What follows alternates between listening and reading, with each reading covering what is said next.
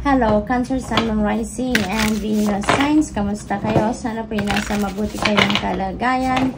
Welcome back po sa Star Tarot. Kung bago kayo rito, welcome din kayo. Thank you sa inyong support. I truly appreciate it. God bless you all. Cancer, maraming salamat po sa lahat ng mga donasyon po ninyo sa ating channel, sa mga nagsasend po ng super thanks.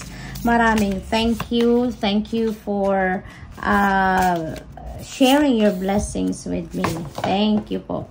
Paunang mensahe po ninyo is a breakthrough. Ayan. So, you really have nothing to worry about at this time, Cancer. Kung meron lang kayong mga challenging situation na pinagdadaanan, it feels like to me that now is the time na lalabas na kayo sa sitwasyon na yan. It is about time na that you are seeing the light at the end of the tunnel because breakthrough is at hand. Mahahanap nyo na, mafa-find out nyo na kung ano man ang solusyon sa inyong mga problema sa ngayon. Ano? There could be intensity, then it feels like yung nararamdaman ninyo. This could be excitement, no? Yun ang napipick up ko dito. Siguro ito yung parang adrenaline na nararamdaman ninyo sa ngayon because of excitement na nakikita nyo na ang maaaring maging katapusan ng inyong problema. Parang kinita nyo na at nararamdaman nyo na napatapos na ang kung ano man ang obstacle na kinakaharap ninyo. Kaya yung adrenaline ninyo parang ang taas-taas, no? For some of you naman dito, Cancer, maybe there is travel, no? There is travel. Some of you are coming home. Maybe you're going to travel across the globe.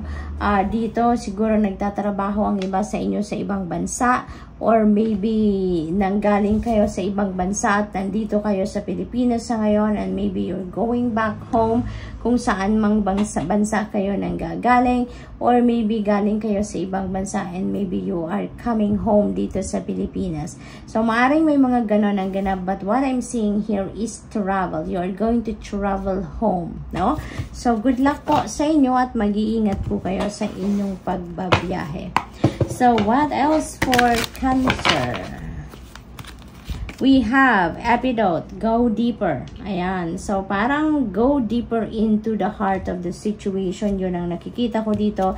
Para nang sa gayon, mas makita ninyo kung paano ninyo talaga ina-navigate ang pag-solve sa problema ninyo kung meron man kayong pinagdadaanan sa ngayon.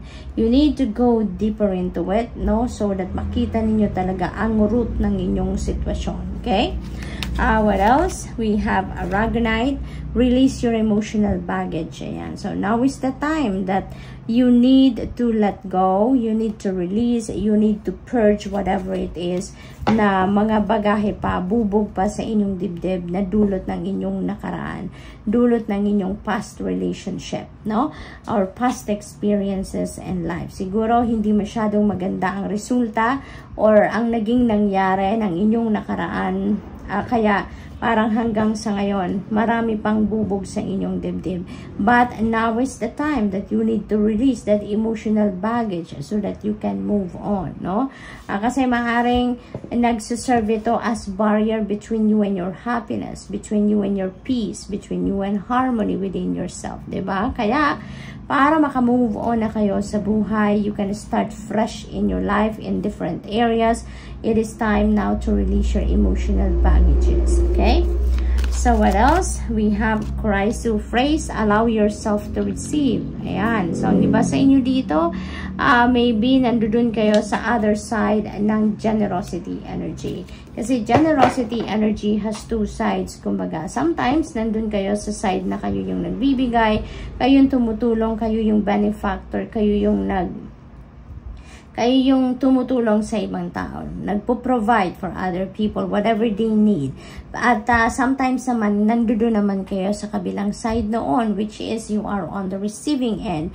Nandoon kayo sa posisyon na kayo naman yung tatanggap, no? Kayo naman na nangangailangan ng tulong, something like that. And ngayon, maaaring nandoon kayo sa sign na yan. Kaya iniimbitahan kayo ng Spirit dito to allow yourself to receive. Kasi nga, siguro, sanay kayo na kayo ang nagbibigay. Kayo yung benefactor. But now, that you are on the other side of the equation, so kayo naman ngayon ang kailangang tumanggap, kaya iniimbitahan kayo to allow yourself to receive a help from other people. Kasi normal naman yun. Don't feel guilty or don't feel bad na kayo ang hihingi ng tulong or kayo yung tatanggap ng tulong ng iba. Diba? Kasi let's say for example, may kailangan kayo. You are in need of help or assistance or guidance or whatever. Tapos nagdadasal kayo, 'di ba? Natulungan kayo na ma-solve niyo ang inyong problema or kung ano man ang inyong pangangailangan.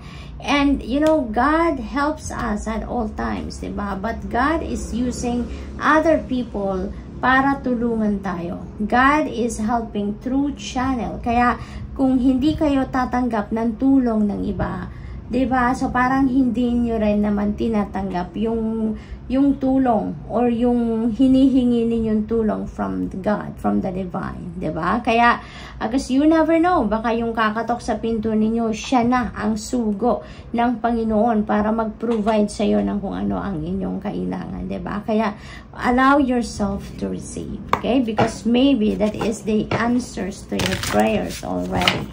So what else? We have patience. Ayan. Sometimes, we really need to be patient because may mga bagay sa buhay natin na hindi talaga nangyayari sa timeline na gusto nating mangyari. Diba? Hindi dumadating sa timeline na gusto natin. Kaya sometimes, we really need to practice patience. Okay?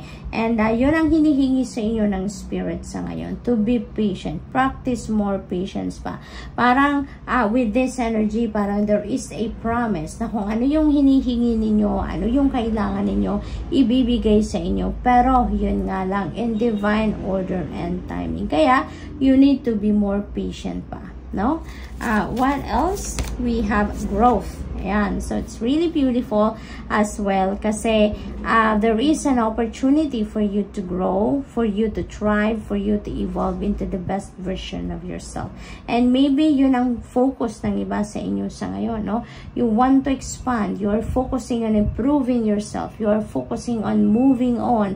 So, most likely, gagawin talaga ng karamihan sa inyo ito, Cancer. You're going to release your emotional baggages para makapagsimula na kayo ng bagong buhay and you are ready for expansion. What else? We have grace. Ayan. So, yung breakthrough is coming in. Help is coming in. So, this is really beautiful. No? May mga biyayang parating talaga sa inyo dito, Cancer. Kaya, be open to it. Be open to receive. Okay? So, good luck and that's all I have for you for today. Thank you for watching Love and Light. Namaste.